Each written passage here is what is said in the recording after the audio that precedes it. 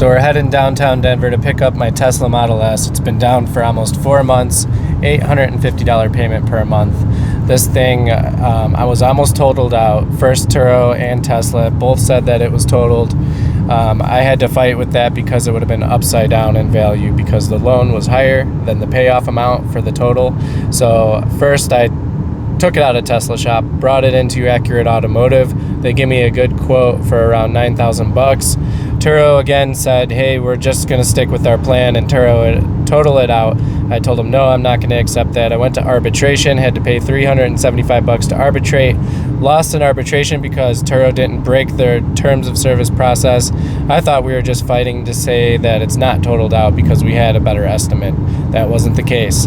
I went to my insurance company, said, hey, Turo's not going to pay this out. Can you pay this out?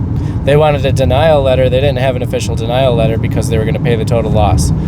So that caused another problem. They said they may not pay me out for the damage. They wanted to also say it was a total loss. So I went back to Turo. I complained about the process.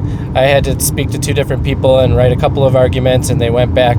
They agreed to look at the vehicle. They paid out my amount minus my deductible, about $5,500. I still have to pay the difference in cash, about $3,000, maybe $3,500 out of my cash, but that's still better because I'll get the car.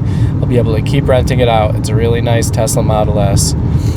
So navigating claims on the insurance side is always an art. You might be dealing with the guest directly and they might just want to not pay you.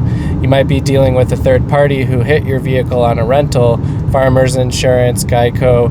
Geico's the worst. Never use Geico insurance. They're the worst. They've taken up to 19 months to pay me out on a claim, sitting there while I'm bleeding out making payments on a car.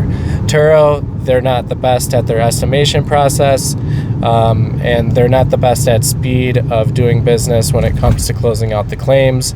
And in this case, they were almost going to leave me high and dry. So always have a commercial policy to back you up. If you are dealing with rental companies, you want to have a second policy to make sure you're backed up, and you want to play the game of trying to get paid out and finish solving the damages through an Amazon bumper or through a used part, and try to use a mechanic to put these pieces on and try to save money so you're not paying out of pocket for your deductibles.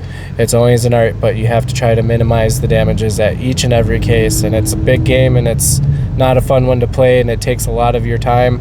It's the worst side of the business in my opinion. But I'll show you guys this Tesla Model S when we get it picked up, and I'll talk to you soon.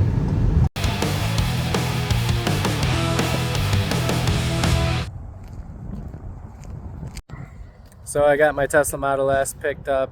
It's right here behind me. Ended up being an extra $450 of storage fees that they weren't willing to remove. Weren't even willing to split it halfway with me, even though I already got them full price storage on another claim that they didn't have to fix.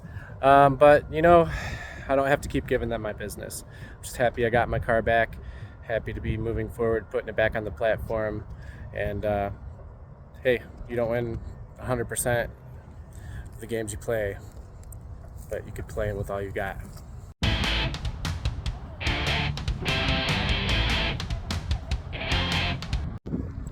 So yeah, after getting the Model S back, I'm coming over here to let it charge up. It was at 4%, but I'm over here at Prost Brewing, gonna get a little bit of lunch, have a beer, and consider it a good day.